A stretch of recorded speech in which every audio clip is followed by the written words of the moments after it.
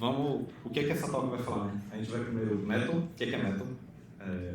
Às vezes algumas pessoas não sabem. Onde que a gente usa? E a gente vai fazer uma animação com o metal.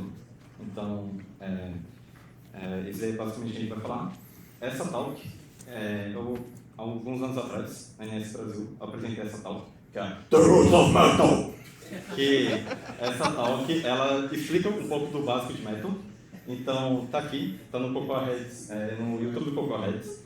Então, vocês podem assistir. Algumas coisas, eu não vou entrar em muito assunto, aprofundar muito assunto, porque eu já explico nessa talk. Ia ficar meio uma talk muito longa. E, tratando sobre essa questão do metal, eu já vou falar que eu disse nessa talk que você não queria usar metal. Só que essa talk de hoje, ela vai contradizer esse meu argumento. Então, já estou falando mesmo que eu estou errado. Então, já começa com isso. Inclusive, está aqui o tempo. Se vocês forem 1.22 da talk, é quando eu estou falando. Então, é isso. Mas, beleza, a gente vai falar de metal. E, provavelmente, algumas pessoas já viram esse item e algumas apresentações da época. Na WWDC desse ano. Foi algo que eles falaram bastante, porque eles lançaram Metal 3. E o que é o metal, né? O metal, ele é a API gráfica de baixo nível da Apple. O que é a API gráfica? Né? A API que vai utilizar a GPU. A gente vai fazer o nosso processamento na GPU e não na CPU. Geralmente, quando a gente está codando um Swift normal, a gente está utilizando a CPU. E a CPU, ela tem a funcionalidade para algumas... Ela tem uma ótima aplicação para algum tipo de funcionalidade e a GPU para outras. E é o que eu vou comentar mais ou menos um pouco com essa talk também. Qual é a principal questão do Metal? Ele é extremamente rápido para fazer operações paralelas. Paralelo é um pouco diferente de concorrente. Concorrente é, por exemplo, eu vou fazer uma request para baixar uma imagem para atualizar minha view. Então, eu não consigo atualizar minha view sem ter baixado essa minha imagem. Tem uma dependência, apesar de eu poder mandar para uma thread de background. O paralelismo, nenhuma operação importa com a outra. Então, é como se eu estivesse fazendo um monte de cálculo que é independente e que eu só quero o resultado final. Então, literalmente para cálculo a GPU. Ela é o DirectX da Apple. E por que o DirectX? Né? O DirectX é a API gráfica proprietária da Microsoft. Algumas pessoas podem falar que é o OpenGL, mas o OpenGL ele é aberto. A ideia do OpenGL era que ele fosse funcionar em todos os devices, em todos os lugares. Mas ele está mais próximo do DirectX, ele é fechado, ele é algo mais exclusivo da Apple e só funciona com a Apple. O Metal, ele significa hardware, ele não significa heavy metal. É muito comum o pessoal achar, tem a ver com heavy metal, mas ele vem de uma expressão em inglês, que é bare metal, que seria você lidar direto com a parte de circuito, com hardware, pular sistema operacional, essas coisas. Então, é realmente focado no baixo nível. Muitas pessoas acham que tem a ver com heavy metal, não tem nada a ver. É só o que acaba tendo isso em comum. E o UIKit, o SwiftUI e SceneKit usam metal. O SpreadKit também. Eu não tinha colocado o SpreadKit porque eu tinha visto uma fonte que falava que não usava. Usava o OpenGL, mas na talk do Daniel eu ouvi ao vivo que estava rodando metal. Então, essa fonte estava errada. Essa fonte é o Ray, mas beleza. E o Metal, a gente consegue utilizar ele em Swift, Objective-C e, entre aspas, no C++. A Apple forneceu uma interface com C++ para o Metal, mas ele é só um wrapper do Objective-C. Então, é quase como se você estivesse codando Objective-C no C++. Então, não é bem C++. E o Metal em si, ele é escrito em Objective-C. Então, ele é muito fácil de integrar com Objective-C com Swift.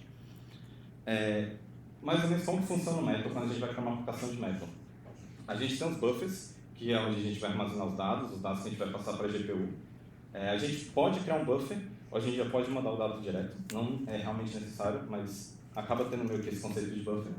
E aí a gente tem os shaders. Os shaders, eles são pequenos programas que a gente escreve para rodar na GPU e como que ele vai interpretar esses dados que a gente vai passar. Então a gente tem três tipos principais de shaders. A gente tem um vertex, que ele é focado em posicionar os elementos na tela. Então, se eu tiver uma câmera, se eu estiver fazendo alguma coisa movendo, muito do que o Daniel mostrou, o código que o SpreadKit faz, ele usa o vertex shader para posicionamento. O fragment, ele é para falar qual vai ser a cor de cada pixel da tela. Então, é a conta que vai fazer para cada pixel. Então, se a gente tem uma iluminação, a gente vai ter um algoritmo de como que vai ser essa iluminação, e aí ele vai determinar qual é a cor de cada pixel. E a gente tem um kernel. Geralmente, o vertex e o fragment, eles andam em conjunto. E a gente tem um kernel, que o kernel é só para fazer cálculos. Então, se eu quiser pegar uma imagem e aplicar um efeito, eu posso utilizar só um kernel se eu não for renderizar na tela. Eu não preciso utilizar nenhum dos dois. Mas, dado que a gente tem os shaders, a gente implementou eles e carregou na memória, a gente vai criar comandos falando como que vai ser utilizado esses shaders e como que ele vai interpretar os valores do buffer. E aí a gente renderiza. No caso, se for usando fragment, se for um kernel, a gente não renderiza, ele só roda mesmo. Mas é bem parecido, sim. Então, por isso que eu deixei renderizar. Beleza, onde que a gente pode usar? O método. Então, o método ele pode ser utilizado para criar jogos, para machine learning, para cálculos físicos de matemática, para qualquer coisa que você pode renderizar em qualquer tela de device da Apple, para efeitos visuais mais complexos, entre outras coisas. Então, o SpriteKit usa, o próprio UIKit usa. O UIKit, inclusive, ele tem uma coisa interessante que ele determina se aquilo que ele vai renderizar na tela, ele vai usar o CPU ou a GPU. Ele é meio que inteligente para saber, então, se é uma coisa mais pesada, ele vai usar a GPU. E, basicamente, tudo da tela, que você vê numa tela de um device da Apple, usa método de uma forma ou de outra. Então, é muito utilizável, mas é muito baixo nível. Então, assim, é o que é feito para construir o UIKit. Então, ele é um pouquinho mais pesado do que um UIKit. A gente também pode utilizar com o SpriteKit, que é o SKRender, que tinha citado na talk do Daniel. Então, você pode criar um shader, adicionar no SKRender e utilizar. A gente pode utilizar no SceneKit. O SceneKit a integração é um pouco melhor, então é mais fácil de você utilizar. No próprio UIKit, que vai ser o foco da nossa talk aqui, e no SwiftUI também, a gente consegue, porque o SwiftUI também é construído, toda a parte de renderização é muito parecida. E também a gente pode utilizar o método para qualquer coisa de processamento. Então, vamos supor que eu quero criar um programa, eu tenho uma pasta com um monte de imagem, eu quero colocar um efeito preto e branco. Eu posso criar um programa de linha de terminal, que ele vai pegar todas as imagens, utilizar a GPU, aplicar o efeito de preto e branco e não vai renderizar nada na tela. E a gente pode ter esse output. Então, não necessariamente ele precisa exibir alguma coisa na tela. Isso aqui, por exemplo, é muito utilizado para machine learning. Então, é o tipo de coisa que a gente poderia utilizar também o método, não precisa ter nada sendo realmente exibido na tela. Mas beleza. Agora a gente vai para o foco da nossa talk, que é fazendo uma animação com o método, utilizando o método para animar. E para a gente ter um bom exemplo para animar usando o método, a gente vai pegar algo muito conhecido, que é as transições da Navigation Controller. Eu não sei vocês, mas pelo menos para mim, acho muito sem graça aquela transição do push da Navigation Controller. Só vem uma tela sendo literalmente empurrada. Então, é bem sem graça e a gente pode fazer alguma coisa mais interessante, alguma coisa mais customizada. Mas a gente não vai utilizar nem o UIKit, nem o Core Animation. Então, a gente não vai utilizar nenhum UIView.animate, nem o Core Animation, que permite dar mais poder para você fazer algumas animações. Para deixar mais interessante, a gente vai utilizar o método, porque a gente gosta de um desafio, né? A gente não quer fazer uma coisa simples. Qual é a graça de usar um UIKit? A gente pode fazer na mão tudo. Então, para relembrar, isso aqui é o push de uma tela. Então, eu acho que todo mundo aqui deve saber, mas quem não sabe, isso aqui é um push. E qual é a nossa reação com o push, né? A gente vê e fica assim, coisa sem graça, né? A gente não tem nenhum tipo de ânimo, não tem nenhum tipo de reação com o push. E aí a gente quer ver alguma tradução mais interessante, alguma coisa que realmente que a gente sinta que deixou o aplicativo mais legal, e a gente vai utilizar como referência algo que a gente gosta muito e que tem transições muito legais, que são jogos. E a gente vai utilizar um jogo específico. A gente vai utilizar o Doom. Então, a gente vai criar uma transição que é muito utilizada no Doom para poder fazer a nossa transição de tela. E aí, qual essa transição do Doom que a gente quer fazer? Essa transição aqui. A gente vai fazer, só que para ser o push da tela. Então, a tela vai derreter e a gente vai estar mudando de telas. Isso aí, se vocês quiserem mais detalhes, é o Doom Screen Melt. Tem vários artigos na internet explicando como funciona. Você consegue acessar hoje em dia o código-fonte do Doom e tentar entender. Mas aqui tem um artigo que explica com mais detalhes, se depois quiserem dar uma olhada. E então a gente vai criar esse derretimento. E aí a gente vai fazer então essa transição do Doom. Quando a gente for fazer o push, o mesmo push normal, Navigation Controller.push, a tela vai derreter. E o código que a gente vai fazer, ele vai servir para qualquer app. Eu utilizei telas coloridas, que é mais fácil de ver. É só mais fácil de ver o contraste. Mas você pode utilizar em qualquer outro aplicativo. É só que se for muitas telas brancas e fundos brancos ou fundos pretos, é muito difícil de você ver essa diferença. E, realmente, aquilo que eu falei, você vai poder dar um import method. Então, essa talk é eu engolindo as minhas palavras da outra talk. E um aviso, vai ser muito código, não se assusta. Algum código eu omiti ainda, então não precisa se preocupar, está tudo explicado na Attributes of Method. Ainda vou comentar um pouco o que é, mas é só porque senão ia ser muito código e não realmente o foco da transição e da animação. Então a gente vai começar aqui com alguma coisa bem simples. A gente tem a nossa navigation, a gente tem a nossa view controller, e a gente vai implementar esse delegate da navigation, que é o delegate para poder fazer uma transição customizada. Então a gente vai implementar um método, que é esse navigation controller, que retorna um animated transition, que é um outro protocolo. E ele tem esse monte de parâmetro, que a gente não vai se importar muito agora, porque para a nossa transição não faz nenhuma diferença. O que a gente vai fazer é que a gente vai retornar a nossa transição, que a gente vai criar customizada. Aqui eu estou colocando uma view controller, mas poderia criar uma navigation que implementa esse delegate e ter uma DOM navigation e poderia ter várias navigations com várias animações diferentes. Então, como que é esse DOM transition? O DOM transition, ele é essa classe, que é GNS Object e do protocolo. Ele tem que herdar do GNS Object para poder conformar com o protocolo. E a gente vai ter algumas propriedades. A gente vai ter a duração dessa transição. Então, a gente colocou 2 segundos aqui para poder ver. No geral, isso aqui é um pouco mais rápido, mas aqui é mais para objetivo de ver. A gente vai criar uma Metal View, que mais para frente eu vou comentar. E essa Metal View é muito baseada na Metal View da outra talk. Então, por isso eu omiti alguma parte do código. E aqui, só para diminuir um pouco o código, a gente está utilizando a main queue como uma propriedade, só para ficar mais simples. A primeira coisa que a gente vai fazer, a gente vai pegar essa duração e a gente vai retornar nesse método, que é transition duration, que é falando esse é o tempo que dura. Só isso, assim, não tem muito o que fazer nesse método. E a gente tem depois o método que realmente a gente vai animar a transição.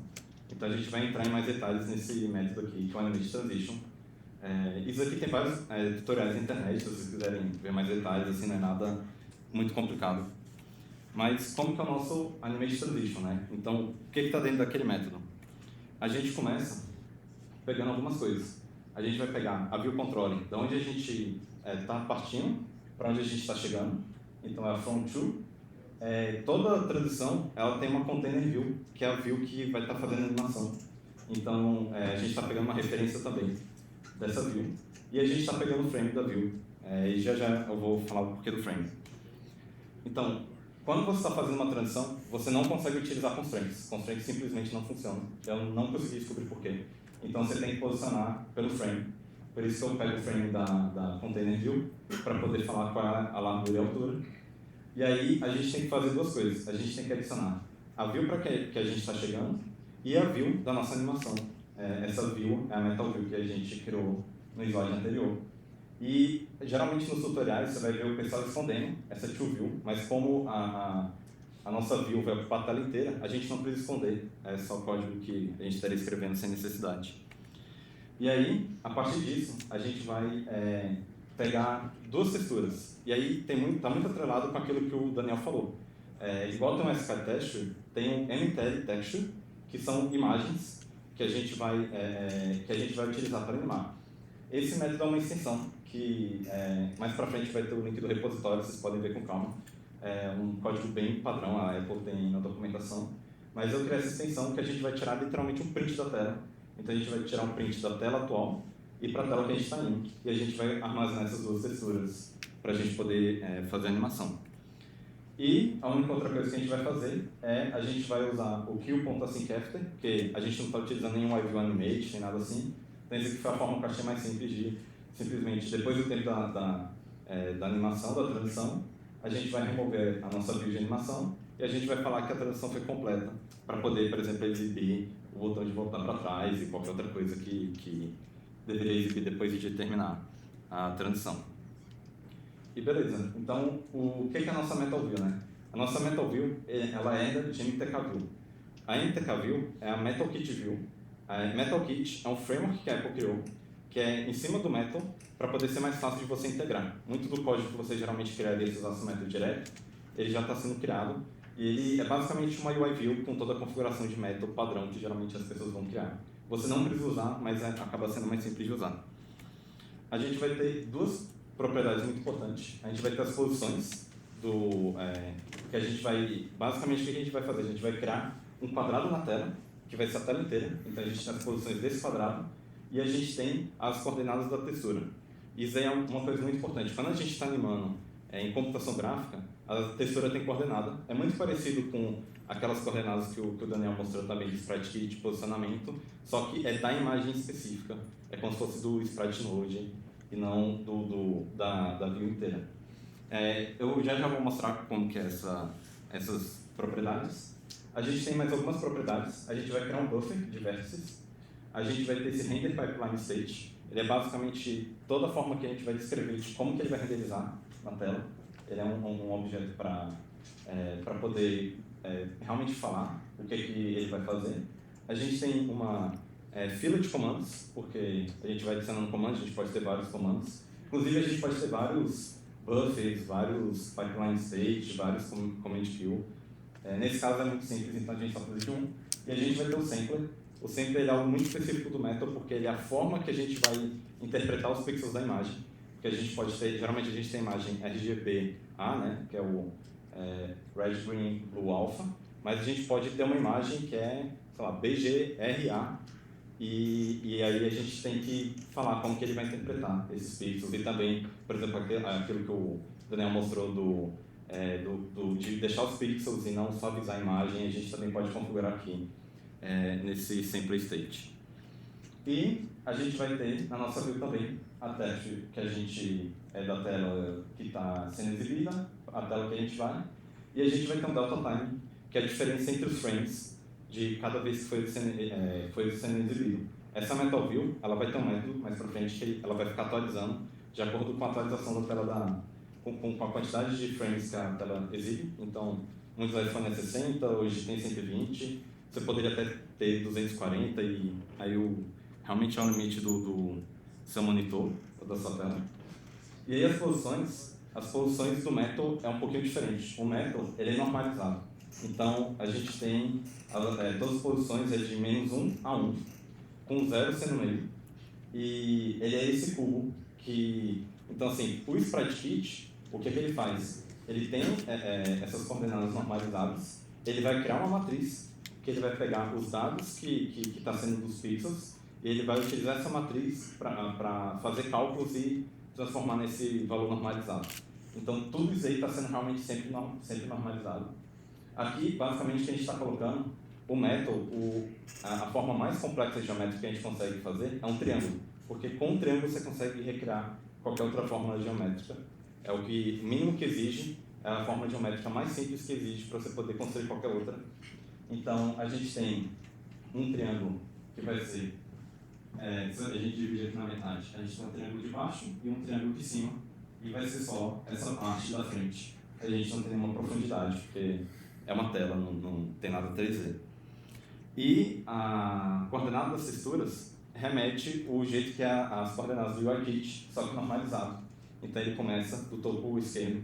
E é diferente da posição do método, porque a posição do método, o 0, 0 é no meio. A coordenada das texturas, o 0, 0 é no topo da esquerda. Então isso é muito fácil de confundir. E depois, se vocês derem uma olhada, o comentário de cada uma dessas posições, ela bate com a posição de cada um dos pontos que a gente está ligando para fazer o triângulo. Se não bater, a imagem vai ficar zoada, ela pode ficar invertida, ela pode ficar com algum efeito meio estranho. Então isso aqui é muito importante, é muito fácil de confundir. E criar alguma coisa meio estranha e você não entende o que está acontecendo, só porque posicionou errado.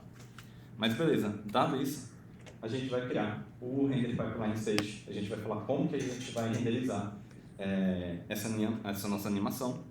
E a primeira coisa que a gente vai criar a gente vai criar um objeto para descrever os vértices. Os vértices são os dados que a gente vai passar para posicionar. Então, a gente está falando... É meio estranho, mas é porque ele é muito focado em Objective-C e essas partes mais baixo nível. Mas a gente está falando que o primeiro atributo ele é um float3. Float3 é um objeto que é XYZ, então nada demais. A gente então está falando que é um float3, que está no buffer 0, e o offset dele é 0. Como a gente está falando dos vértices, ele vai a gente vai ter que falar o offset de cada propriedade, o tamanho de cada propriedade. Então, o float XYZ, ele tem um tamanho, e aí o próximo que a gente vai passar, que é a coordenada das texturas, ele é um float 2, ele só tem 2 posições. O buff ainda é 0, só que ele vai começar depois do float 3. Esse negócio é meio estranho, esse memory layout, mas basicamente a gente está falando quantos bytes usa na memória um float 3. E aí a gente está falando, depois da quantidade de bytes do float 3, você começa a interpretar o float 2, que é a textura da coordenada. Isso aí parece ser muito bizarro, mas é bem simples depois que você vê com calma e começa a testar. Não é nada muito alienígena, assim. É bem simples, só no começo é meio assustador. E aí, a gente tem mais uma outra coisa que a gente vai falar, como que ele vai percorrer de vértice a vértice. O vértice, ele vai ser um conjunto de um float 3 com um float 2. Então, a gente está falando que a cada o espaço de um float 3 com float 2, ele vai ter um novo vértice. Então, é isso que a gente está falando. E a gente está utilizando essa conta. Isso aí dá para você simplificar e deixar muito mais simples. Eu só deixei assim para não criar um monte de extension e o código ficar bem grande. E, beleza, dado isso, a gente vai falar agora como que a pipeline, a gente vai descrever como que a pipeline vai rodar para renderizar. A gente está falando que ele vai interpretar as formas no BGRA8. Isso é muito padrão de como o sistema funciona. Então, ele é o Blue, Green, Red, Alpha. E o 8 é que cada elemento é 8 bits. O Vertex Function e o Fragment Function são shaders. Eu não coloquei aqui como carregar, mas é tipo 2, 3 linhas de código total. Então, é algo muito simples. E a gente está falando o que a gente acabou de descrever aqui, que como que vai ser cada vértice. A gente está falando que é assim que ele vai interpretar. E depois a gente cria. Eu sei que eu estou utilizando um monte de FOSS, eu só estou utilizando FOSS porque se eu fosse tratar erro ia ser só print erro, então para diminuir o espaço. Mas se você for fazer um código, trate os erros certinhos, só para reduzir espaço. E aí a gente cria como que a pipeline vai ser interpretada. E aí esse device é uma referência GPU. Então a gente pega uma referência GPU e a gente consegue acessar as coisas da GPU. Então nesse caso a gente está falando para ele criar um objeto que vai falar como que a GPU vai interpretar a pipeline para renderizar. É muita coisa assim, mas depois que você começa a ver e reler com calma, não é tão complexo quanto parece. E aí a gente tem esse método draw. Esse método draw ele é muito parecido com o update. Ele vai atualizar, ele vai ser chamado a quantidade de vezes que a sua tela atualiza. Então ele vai estar sempre sendo chamado. A gente tem um código aqui que eu coloquei só esse comentário, que é só para você pegar algumas informações e configurar, que é posicionamento, essas coisas assim. E tudo isso aí já está sendo explicado no outro talk, então isso é meio redundante. De eu explicar ia ficar meio bem grande. Mas não é nada demais. E aí a gente vai ter as coisas realmente da animação. E o que a gente vai ter da animação? A gente vai ter a diferença de tempo entre cada frame, que a gente vai somar. Então, é 1 segundo dividido pela quantidade de frames que a tela está atualizando. Então, esse código ele já atualiza, se a gente tivesse um device com 30 FPS, ele já dividiria 1 por 30, por 60, por 120 e assim por diante. Então, esse código ele já funciona para qualquer tela. Aí, o que a gente vai fazer? A gente vai pegar aquelas coordenadas da textura e a gente vai colocar. Aqui eu nem estou utilizando buffer, eu estou realmente passando diretamente falando. Esse é um array de coordenadas, ele é um float 2, esse sim de 2 é a mesma coisa que aquele ponto float 2. E a gente está falando aqui o stride é o espaço que ele ocupa na memória, vezes a quantidade de elementos do array. Porque se a gente não estiver falando isso aí, ele só vai acessar um elemento. Então a gente tem que falar, aqui nesse caso são 6 elementos. Então é vezes um 6, podia ser só um 6 ali. E a gente está colocando no índice 1, que já vou mostrar quando a gente for acessar ele no shader. E aí, com isso, a gente só faz aqui um inflight bem besta para ver se a gente tem as texturas, porque vai que por algum motivo falhou tirar o print da textura ou alguma coisa aconteceu. Então, se tiver as duas texturas, a gente vai colocar a primeira textura no índice 0, e aqui é do fragment e ali é do vertex, então são funções diferentes que a gente vai ser chamado. Então a gente tem a textura no índice 0, a textura no índice 1, a gente está colocando o sampler. O sampler ele é muito simples, eu não coloquei o código de implementar ele porque nesse caso é uma linha bem simples. E aí a gente está falando também qual é a diferença de tempo entre cada frame. Então a gente está passando nosso delta time toda vez para o nosso Fragment Shader para ele poder começar a executar a animação. Então, acho que é bem simples, sim, mas se tiverem alguma dúvida, mais para frente vocês podem perguntar. E, depois de tudo isso, a gente renderiza na tela o que a gente está fazendo. É um código muito pequeno, mas não é tão relevante assim, é bem padrão.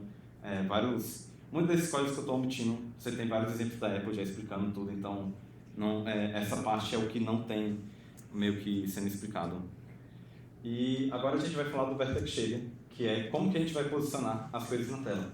E aí, a gente aqui vai estar com uma linguagem um pouquinho diferente do Swift. A gente vai aqui para uma linguagem que é uma versão customizada do C++, que a Apple criou para criar shaders. Aí você pensa, nossa, C++ vai ser algo absurdo, mas vocês vão ver que o código é bem simples. A parte mais complicada vai ser a matemática em si do que o código. Então, a gente tem um Vertex. O Vertex ele retorna alguma coisa e a gente vai criar uma struct que vai ser os dados que retornam do Vertex. A gente vai ter uma posição e aí a gente estava passando um float 3, mas para você poder usar no shader, a Apple obriga de ser um float 4. Então a gente precisa pôr o float 4 e a gente está marcando que é uma position. Ele vai conseguir identificar automaticamente que essa propriedade da struct é uma posição, e a gente tem o float 2, que é a textura da coordenada. Então, dado que a gente já tem agora esse struct, a gente fala que o retorno, para quem já programou em C, C++, é bem tipo o retorno de função. E aí agora a gente tem os parâmetros, que é as nossas posições, que está no buffer 0, as coordenadas da textura, que está no buffer 1, e a gente tem esse Vertex ID. O que é o Vertex ID? Como tanto as nossas posições e as nossas coordenadas são 6 elementos, então ele vai vir 0, 1, 2, 3, 4, 5. Só que não assuma que vai ser exatamente nessa ordem. Ele pode vir em qualquer ordem, então é só para acessar o elemento em específico que ele está sendo chamado, que é em paralelo, então não tente pensar, vai ser o primeiro Vertex 0, depois o 1, porque pode não acontecer isso, pode dar algum problema por causa disso. E aí o que a gente vai fazer é, a gente vai criar um objeto da nossa struct, que tem a nossa posição e a nossa textura. Isso aqui é o jeito que em C++ consegue criar. E a gente, na posição, a gente fala que o float 4 ele é x, y, z, w. O w é 1, pode ser qualquer valor praticamente, porque é um valor meio que é ignorado. E a gente passa as texturas normais e depois só retorna da função. Então, até então, acho que não é nada muito de absurdo. É um código até bem simples. E agora a gente vai no Fragment Shader. E o Fragment Shader, eu fiz uma adaptação de um shader que tem um Shadertoy. Shadertoy, para quem não conhece, ele é um site que você consegue programar shaders e ele já tem todo preparado. Então você só vai programar o Fragment Shader e você vai ver as animações. Então eu adaptei esse código. Se vocês quiserem olhar, é bem legal. O projeto do cara, ele renderiza em tempo real, é tudo pela internet. Você não precisa baixar nada. É pelo browser mesmo que consegue. E aí já tem duas coisas. A gente tem essas propriedades, a velocidade inicial e a velocidade de derretimento. Eu estou utilizando os mesmos valores do shader que a pessoa fez, então, mas você pode brincar o que quiser, e se quiser mais rápido, se quiser mais lento, você vai brincando com os valores. Aí, no outro a gente tinha um Vertex, aqui a gente está falando com o Fragment, a gente está falando que ele retorna um float 4. Isso é muito importante. O Fragment ele sempre vai retornar um float 4, porque é o RGBA da nossa, de cada pixel. Então a gente está retornando qual é o valor de cada pixel mesmo. Então ele só retorna um float 4. E aí a gente deu o nome, que é o do Merit. E a gente vai ter algumas propriedades. A gente vai ter as duas texturas que a gente está passando. A gente está falando que as texturas ele vai interpretar os valores, os pixels como float. E são texturas 2D. Tem como ter textura 3D e textura 1D, mas não vamos entrar nesse buraco. A gente só vai falar que é textura 2D, que ele vai interpretar os valores de pixel como float. A gente vai ter o sampler nosso, que é só para poder ele interpretar cada pixel. Esse vertex out, que a gente criou aqui, que é vertex out, vertex in, é o valor que a gente retornou da vertex function. Então, a gente está só repassando esse valor, que a gente precisa das coordenadas para poder usar aqui. E aí, quando a gente coloca esse stage in, o próprio método ele já vai entender que é o retorno do vertex, do nosso vertex shader. E a gente tem a última propriedade, que é o delta time, que basicamente é a diferença de tempo, como eu falei, e ele está no buffer 0, o primeiro buffer. Então, beleza. Aí a gente vai começar com algumas coisas que a gente vai fazer. Primeiro, a gente vai criar uma cópia das coordenadas da textura e a gente vai colocar nessa variável UV. O UV é um termo muito comum para XY de texturas na computação gráfica. Então, se você for para qualquer coisa, Metal, OpenGL, DirectX, vai ser sempre o UV.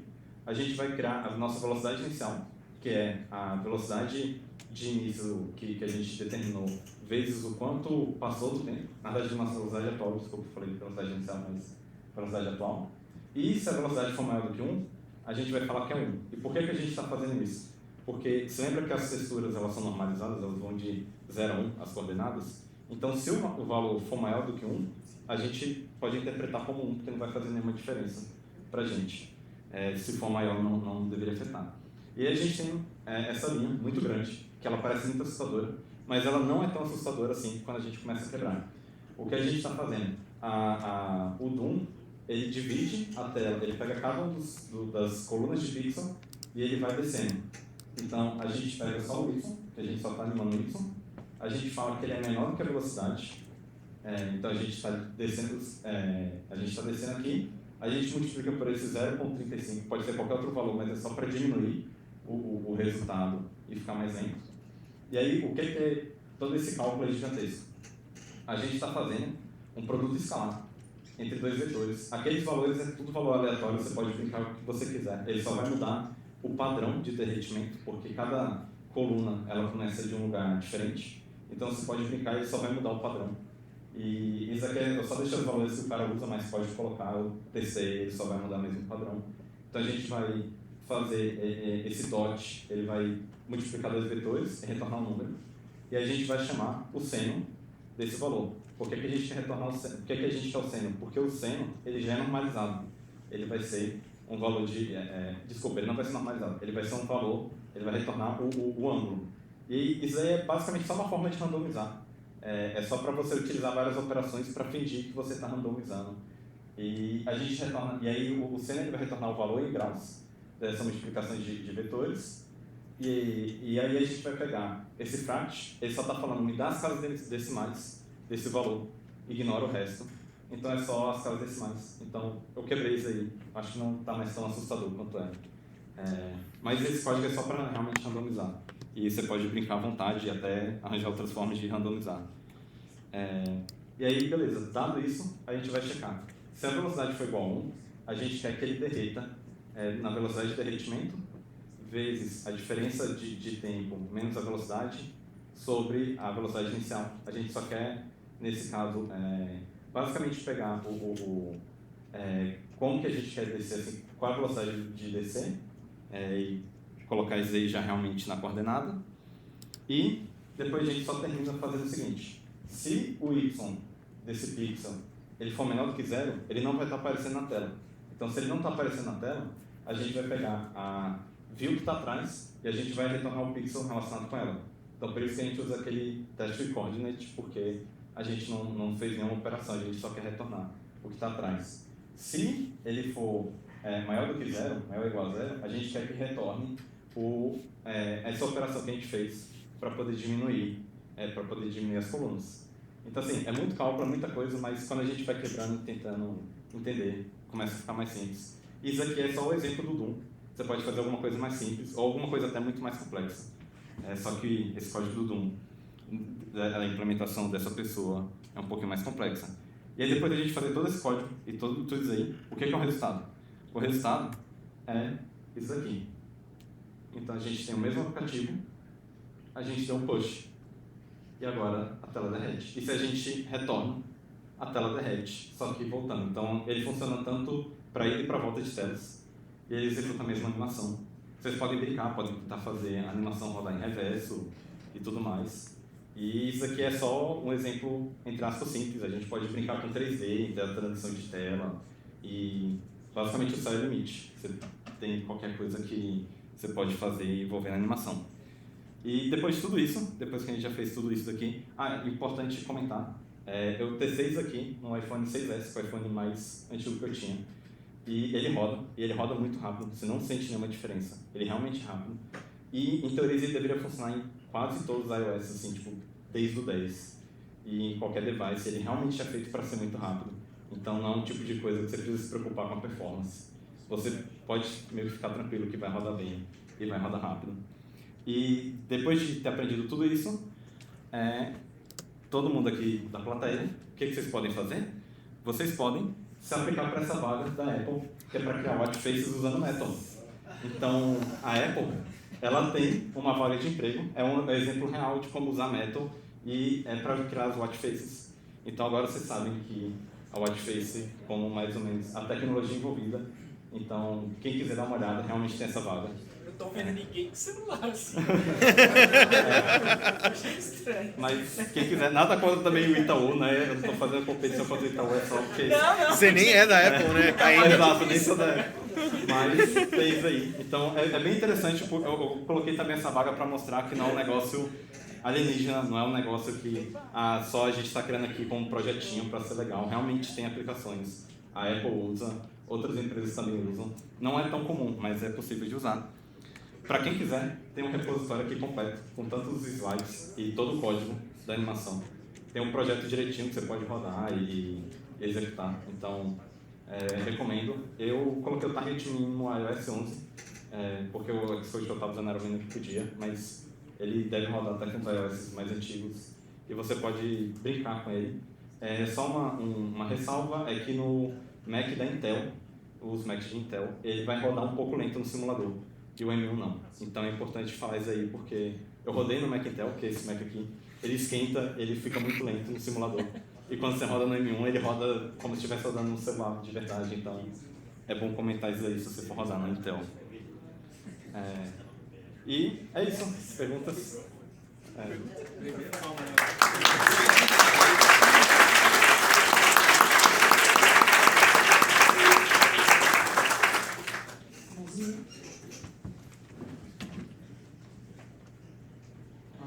Em primeiro lugar, parabéns pela foto, você é muito inteligente, achei muito bom. Valeu. E aí eu fiquei com uma dúvida, porque eu nunca mexi com Metal, mas eu tentei mexer com ele no celular bacana.